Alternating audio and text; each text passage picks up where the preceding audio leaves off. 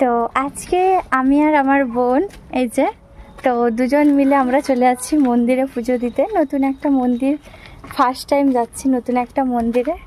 তো সে সকাল থেকে না খেয়ে আছে, আমি বিস্কিট খেয়েছি একটু। তো যাই, তোমাদের দেখাচ্ছি, পুরো ভিডিওটা দেখবে, ঠিক আছে? ও বোন মিষ্টি নিচ্ছে, এই যে টোটো ধরে নিয়েছি। আমার চোখ ডবল লাগছে,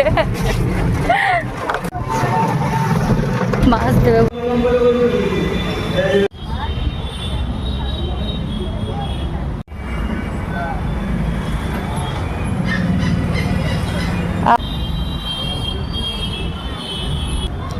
মৌ